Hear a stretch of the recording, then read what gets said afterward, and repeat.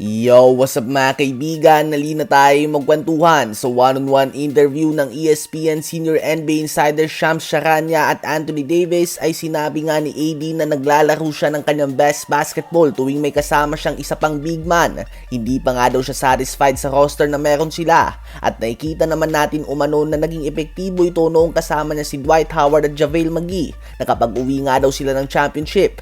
In short ay kailangan nga daw nila ng center. So ayun nga po mga kaibigan, lantaran na ang request ni Anthony Davis sa Lakers management na kumuha ng isang legit center upang makabalik siya sa kanyang natural position na power forward.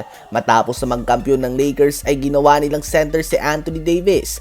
Isang galaw na kahit hindi ka diehard basketball fan ay alam mong mali ito given na epektibo na nga yung ginawa nila doon na power forward si AD. Why fix something if it's not broken? Maganda nga ang takbo ng Lakers noon, subalit tila ba hindi malaman ng management kung ano ba ang gagawin nila upang makabalik sa level na ito.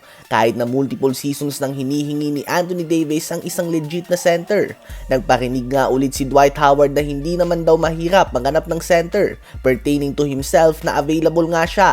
Malapit na ang trade deadline at kailangan nang gumawa ng Lakers ng galaw dahil kung hindi ay ika-4 na itong sunod na season na hindi nasusunod ang gusto ni Anthony Davis. Malamang ay very frustrating nga ito sa parte ni Anthony Davis dahil naglalaro siya ng out of position sa edad kung saan supposed to be ay nasa prime na siya. Isang beses ka lang nga dadaan sa prime mo at kapag nalipasan ka na nito ay hindi mo na ito maibabalik. Ano ba ang masasabi nyo tungkol dito? Ngayon ay tumungo naman tayo sa Miami Heat. Lahat nga ng focus ngayon ay na kay Jimmy Butler at kung kailan ba siya malilipat ng team. At dahil dito ay hindi nga napapansin ng iba pang bagay na mga negatibo at positibo regarding sa team na ito. Tulad na lamang ng pag-angat ni Tyler Hero sa pagiging all-star caliber player at pagbagsak ng performance si Bam Adebayo. Si Bam Adebayo nga ay isa sa mga players na masasabi natin na draft steal noon dahil sa kanyang matinding impact para sa Miami Heat. Subalit ngayon nga ay matindi ang binabagsak ng kanyang mga numero. We can easily say na hindi na siya parte ng top 5 centers sa NBA ngayon. May average lamang siya na 15 points, 9 rebounds, and 4 assists per game on 45% shooting sa field. From being the number 2 player ng Heat, ngayon nga ay nagmumukhang role player na lamang siya. At malaking dahilan dito ay ang pag-angat ng performance ng rookie center ng Miami Heat kay Lel Ware.